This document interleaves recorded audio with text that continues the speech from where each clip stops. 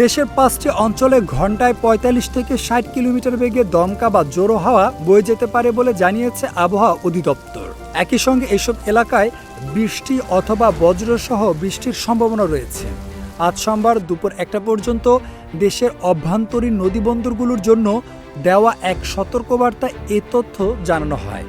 সতর্কবার্তায় উল্লেখ করা হয়েছে, বরিশাল, পটুয়াখালী, নোয়াখালী, চট্টগ্রাম ও কক্সবাজার অঞ্চলের উপর দিয়ে পশ্চিম অথবা উত্তর পশ্চিম দিক থেকে ঝড়ো হাওয়া বয়ে যেতে পারে। এই সময় বজ্রসহ বৃষ্টিপাত হওয়ার আশঙ্কা রয়েছে।